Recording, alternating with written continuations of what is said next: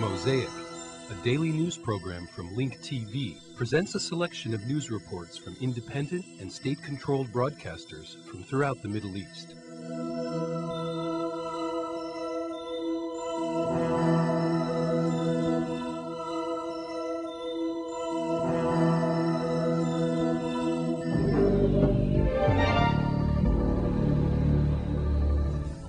The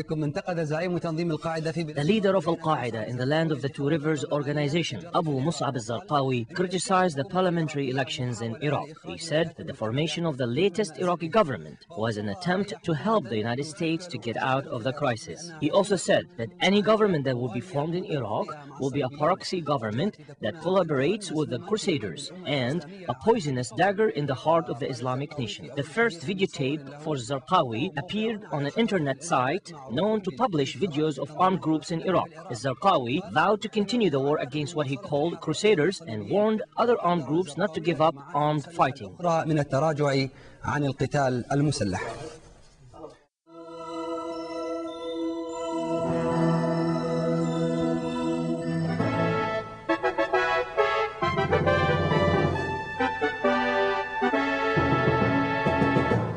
General Mohammed Hani, the governor of southern Sinai, said that a number of security measures were carried out after the Dhabab explosions, including closing all the entrances and exits into the city and other surrounding cities. Wide-scale searches were also carried out in homes along the roads leading to various cities in the Sinai.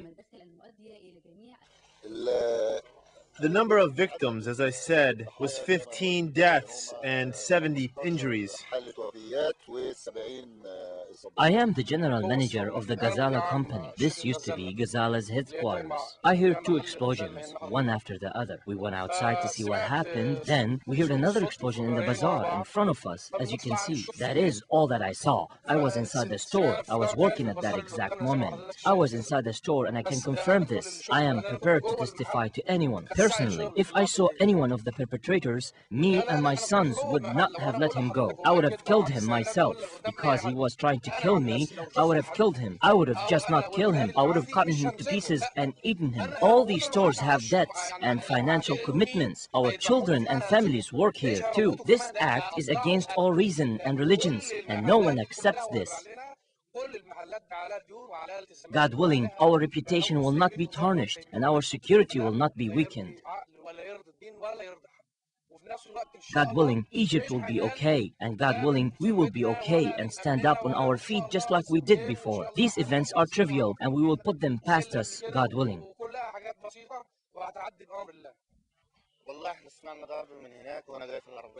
We heard the explosions from over there as we were riding in the car. We heard 3 explosions. We rushed here and we saw people running.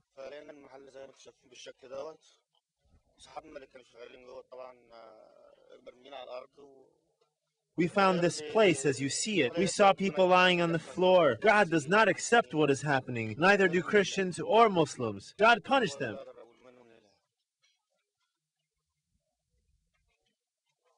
I was sitting somewhere else when I heard the explosion. Less than half a minute later, I heard another explosion. Then a half a minute later, I heard the third explosion.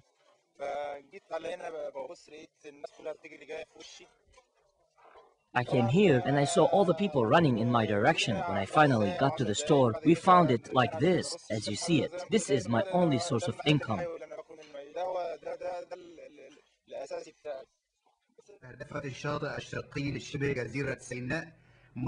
The eastern coast of the Sinai Peninsula was targeted in October 2004. Dozens of people who were at the site of the incident were killed and injured. On October 7, 2004, 34 people were killed and dozens of others were injured in 3 explosions that targeted the Dhabab Hilton Hotel and 2 other tourist resorts in the Sinai. They were caused by suicide car bombers and bomb explosions. On July 23, 2005, at least 60 people were killed, mostly Egyptians and 8 foreigners, and more than 200 people were injured when 2 booby-trapped cars and a bomb inside of a bag exploded in a hotel and areas around Sharm el-Sheikh tourist resort in the Sinai.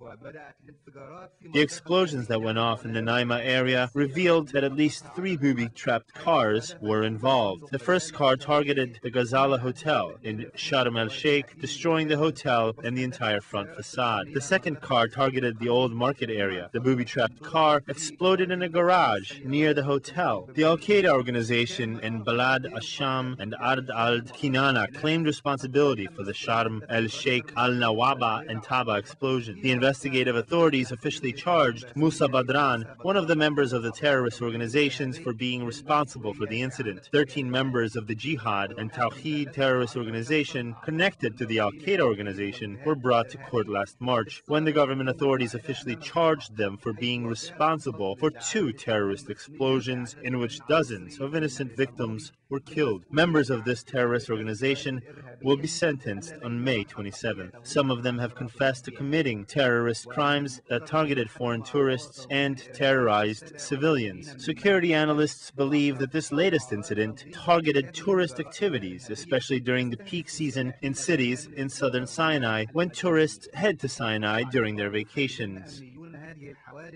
تستهدف ضرب الحركة السياحية خصوصا في فقرات الرواج التي تشهدها مدن جنوب سيناء. Security observers point to the timing of these 3 explosions, which took place around the time of national Egyptian occasions, including the Spring Festival and the day before the anniversary celebrations of the liberation of Sinai.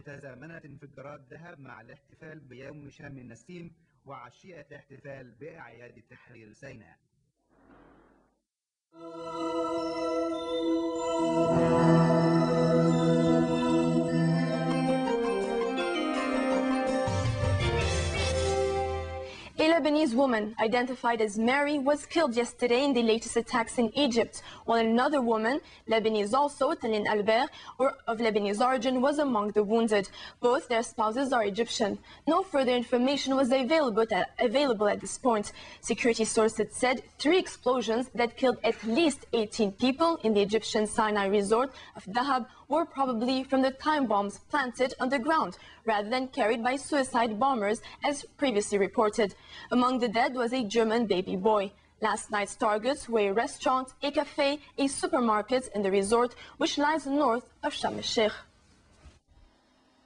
World leaders united roundly to condemn Monday's deadly triple bomb attack in the Egyptian Red Sea resort of Dhabab, with US President George W. Bush from Las Vegas branding it as a heinous act.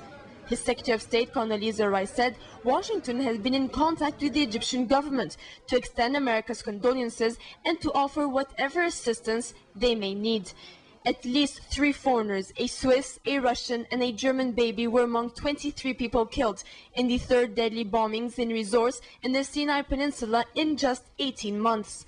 The injured included about 40 Egyptians, 3 Danes, 3 Britons, 2 Italians, 2 Germans, and 2 French people, a South Korean, a Lebanese, a Palestinian, an American, an Israeli, and an Australian. Egyptian President Hosni Mubarak, whose country has been a target of Islamist militant attacks targeting foreigners since the early 1990s, vowed that the perpetrators of these heinous acts of terrorism will be tracked down and punished. No one immediately claimed credible for the blast in a market and busy restaurant area, which came one day after a new audio tape of Al-Qaeda leader Osama bin Laden surfaced, accusing the Crusaders of the West of waging war against Islam. Britain and Canada reiterated condemnations for the latest bombing. For his part, French President Jacques Chirac said that Paris stood side by side with Egypt in the fight against terror. Israel's Prime Minister-designate Ehud Olmert telephoned Mubarak to express his condolences, and his office said the 2 leaders discussed the need for cooperation between the 2 countries in the fight against international terrorism. Egypt declined an offer from Israeli Defense Minister Shaul Mufaz to send army rescue teams and doctors, as hundreds of Israeli tourists rushed home after the attacks. Palestinian leader Mahmoud Abbas branded the attack criminal and cowardly, describing the perpetrators as enemies of humanity. His words were echoed by the Hamas-led Palestinian government. Both the government and the Palestinian Authority president, despite their differences, joined forces to send condolences to the Egyptian people and offer their support.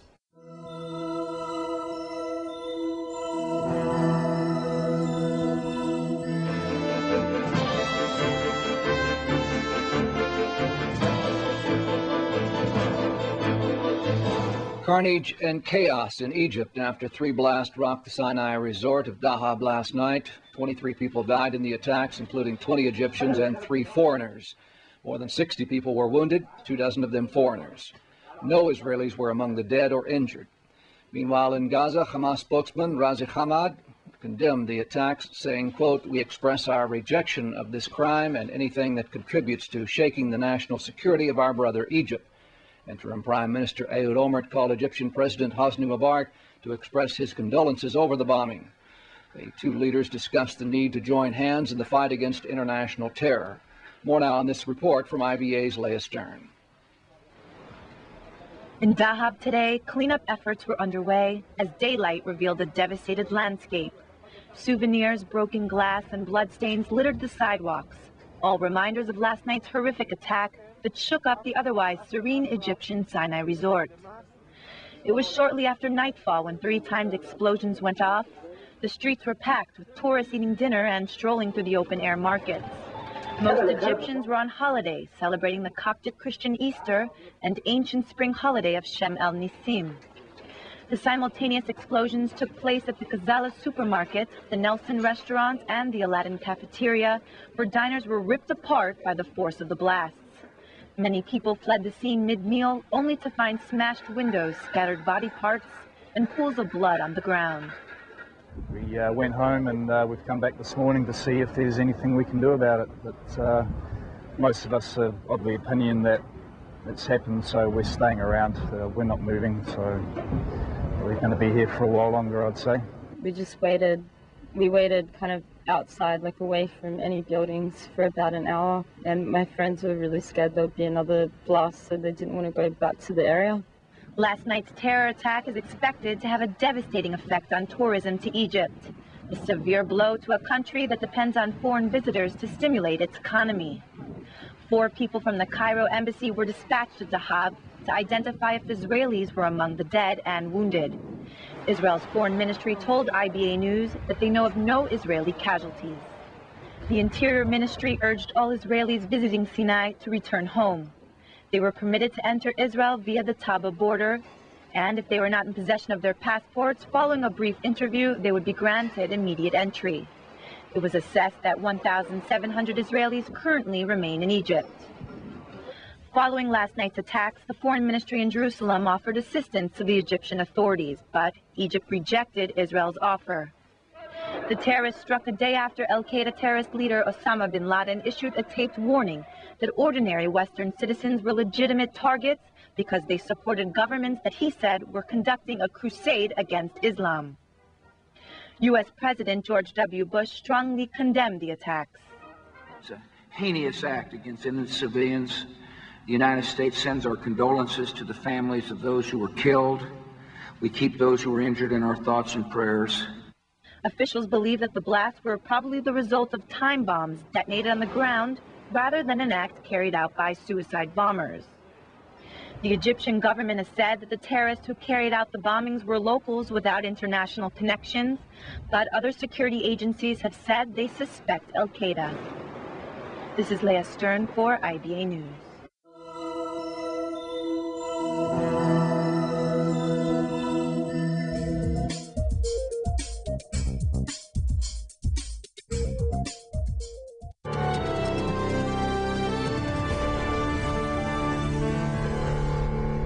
Mr. Sergei Brammertz, the Belgian head of the International Investigation Committee into the assassination of the former Lebanese Prime Minister Rafiq al-Hariri, met with the Syrian President Mr. Bashar al-Assad and his Vice President Mr. Farouk al-Shara in 2 separate sessions. Mr. Ahmed Arnous, the Syrian Deputy Foreign Minister, and Mr. Riyad al-Dawoodi, a legal advisor in the Syrian Foreign Ministry, attended both meetings. Meanwhile, Damascus declined to comment on the circumstances that surrounded the meetings. Syrian observers cautioned against what they referred to as premature optimism regarding the outcome of these sessions.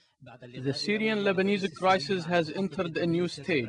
As the head of the International Investigation Committee, Mr. Sergei Permeters wrapped up a first meeting with the Syrian President Bashar al-Assad. According to Syrian analysts, the international investigator listened to audio tapes with sworn testimonies regarding the general political mood in Lebanon on the eve of Hariri's assassination. According to a Syrian political source, and in spite of a Syrian gag order on the case, the meeting between the international investigator and President Assad focused on the files of Hariri's assassination and surrounding circumstances. Some Syrian observers believe that this visit by the international investigator to Damascus will have positive outcomes because it will show the international community that Syria has nothing to hide and it's cooperating fully with the investigation. This visit by the International Investigation Committee does not mean in any way that Syria is off the hook. A crisis in Syria still exists. Syria must exercise more diplomacy while walking willingly on this political tightrope. According to Syrian government sources, the meetings between the international investigator and Syrian officials are routine and normal procedures. Meanwhile, Damascus confirmed that it is eager to find the responsible party behind Hariri's assassination, which in turn killed the relationship between Syria and Lebanon. In an interview with Abu Dhabi channel, a Ba'ath leader confirmed that the separate meetings between Brammertz and the Syrian president and vice president will help pin down the truth. Some critics confirmed that Syria's willingness to meet with the international investigator may help bring Damascus out of isolation imposed by the international community. I believe that the investigators are still trying to work out answers to some of the outstanding issues surrounding the investigation. I assume that the head of the international investigation would listen to President Assad and his vice president Farouk al-Shara, and this does not call for either optimism or pessimism. Did a countdown begin to end this crisis that has changed the political balances in the Middle East? And will it bring Damascus out of isolation imposed by the international community? Or did a new scenario unfold in light of this new international investigator who may put Syrian officials on the witness stand before the international court that will convene to prosecute the suspects involved in Hariri's assassination? The Syrian regime, which lost its key role as a primary player in Lebanon, is now sitting between these two contradictory scenarios.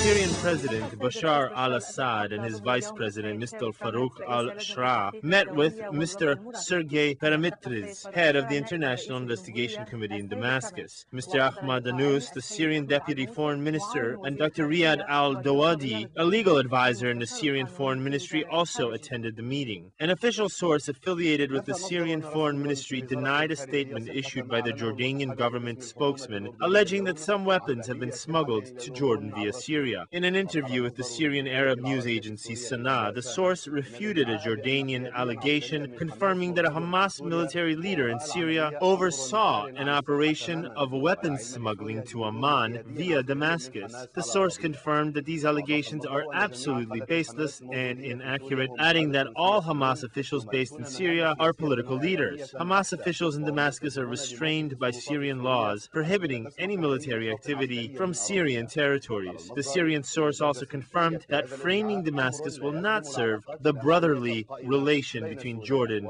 and Syria. Khalid Mashal, the head of Hamas's political bureau, said that his organization will not compromise its principles. Our strategy is based on several factors. First, the strategy of steadfastness, not to accept defeat and surrender. Regardless of what we do, they will never be satisfied. Even if we accept these Israeli conditions, they will still come up with more conditions. Steadfastness is our cornerstone. The other cornerstone is the support of our Islamic and Arab world. We need our nation, and our nation will not hold back its support. Our tour of Arab and Islamic countries prove to us that our nation will not hold back its support. Thank God they showed commitment and gave us political and financial support. Aid from Arab countries to the Palestinian Authority has materialized, and now it is in the Palestinian treasury. God willing, we will overcome the hindrances that impede the arrival of funds inside. The third cornerstone is openness to the international community. Israel and the American administration do not dictate the policies of the entire international community. Some countries have respectable positions, like Russia, which took a courageous position. It decided to support the Palestinian leadership, who will expand international support. Fourthly, we must utilize our modest capabilities to the fullest in order to serve our Palestinian people.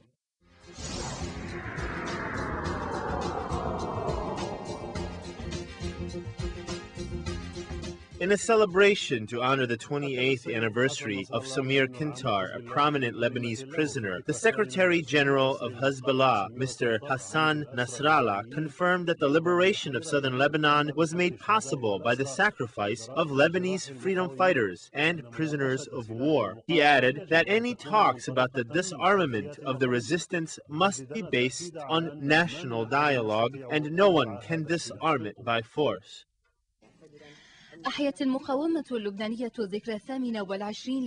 Lebanese resistance held a celebratory event to honor the 28th anniversary of Mr. Samir Kintar, the leader of Lebanese prisoners. A number of Lebanese ministers, members of parliament, religious officials, and political leaders attended this event. Among the speakers was the Secretary General for Hezbollah, Mr. Hassan Nasrallah. Mr. Nasrallah confirmed that the liberation of southern Lebanon was made possible by the sacrifice of freedom fighters and prisoners of war, adding that all Lebanese prisoners must be freed. He also confirmed that the resistance and the freedom fighters were the ones who brought the Shib'a farms problem to the Arab and world's attention.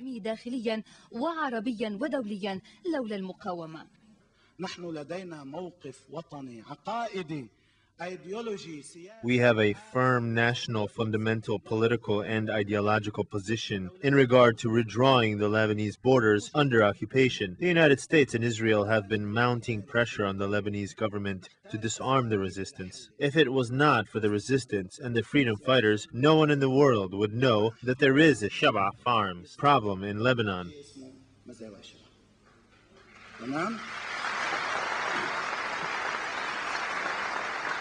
The Secretary General of Hezbollah also confirmed that any talks about the disarmament of the resistance must be based on national dialogue. He also confirmed that no one can disarm the resistance by force, and the Lebanese must implement a national resistance strategy that is capable of protecting the region from Israeli aggression and greed. He added that there is some anti-Syrian hostility in Lebanon, and that is not acceptable. حظيت خلال السنوات الأخيرة باهتمام لم يحظى به الشريط الحدودي المحتل رغم أن فيه عدد من المدن. The Shib'a farms problem has been increasingly gaining momentum in the past few years. These farms gained more world attention than other areas and towns along the Israeli-Lebanese borders. Why has this garnered Arab, local, and international attention? Some Lebanese officials have called for the disarmament of the resistance. They are not anxious to liberate the occupied Shib'a farms. However, they are eager to disarm the resistance. البعض هو مش مستعجل على تحرير مزارع شبعة. البعض مستعجل على نزع سلاح المقاومة.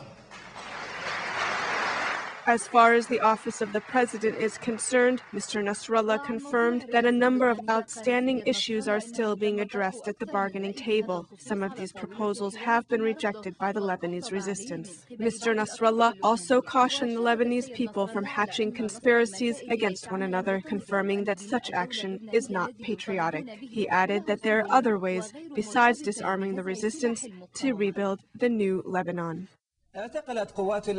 Egyptian security forces arrested 12 members of the Egyptian National Movement for Change, also known as Kafaya. The arrests happened when security forces dispersed a sit-in in front of the Judges Club in Cairo that was staged in support of a strike by judges, which is entering its 6th day. The judges are demanding complete autonomy to judicial authority, which they want separate from legislative authority.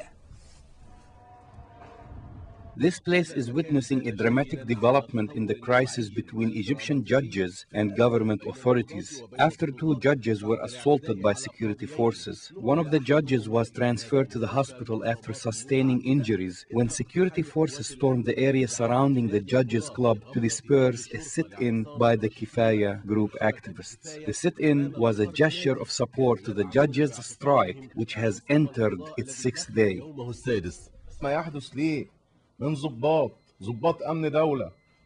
What is happening at the hands of national security and police forces that are supposedly meant to protect us is appalling. As a citizen, I strongly condemn it.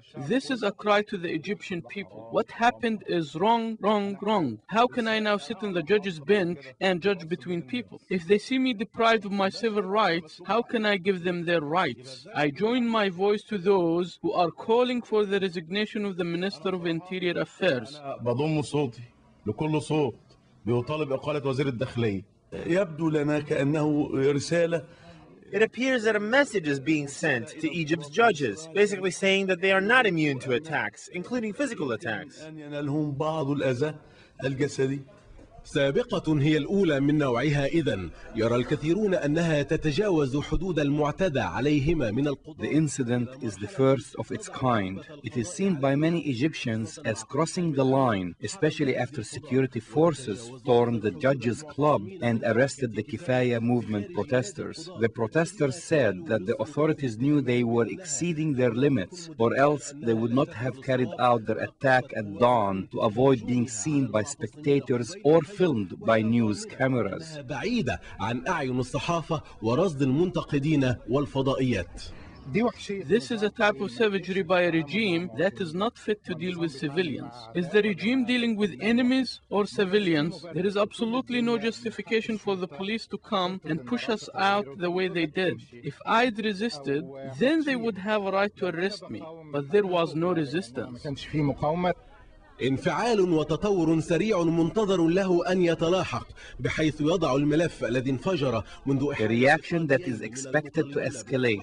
The file exploded with controversy after two judges demanding reforms were referred to a disciplinary committee to strip them of their duties. It may get progressively more complicated if the judges go forward with their threats to strike as a response to the security forces' escalation, which they will be discussing during a public meeting next Thursday, or if President Mubarak's administration, which has the power to maintain the judges' autonomy, interferes to end the deadlock between the judges and the authorities. The file is turning into a battle of wills between the authorities on one side and the judges calling for reform on the other, the consequences of which have yet to be known.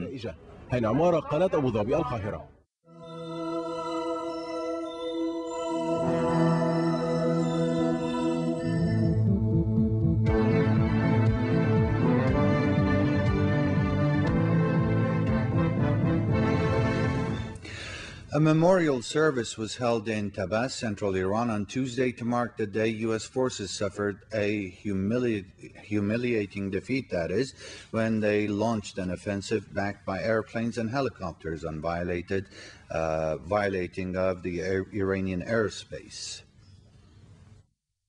The airstrike some 26 years ago to the day was originally designed to free American hostages held in Iranian custody and subsequently bombard Iran's sensitive centers. But to their dismay, the troops were trapped in a sandstorm in surrounding deserts. Iranian Defense Minister Mustafa Mohammad Najjar told the function attended by people from various walks of life, U.S. officials need to watch the documentary on the Dhabab operation once more, take a lesson from their past experiences, and drop their hostile attitudes to the Iranian nation.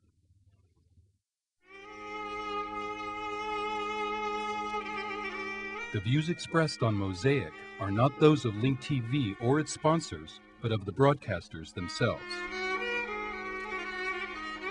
Mosaic is made possible by a grant from the John S. and James L. Knight Foundation, which promotes journalism excellence worldwide and invests in the vitality of 26 U.S. communities, and the William and Flora Hewlett Foundation. Additional support is provided by the Firedoll Foundation and Henry and Virgilia Dakin.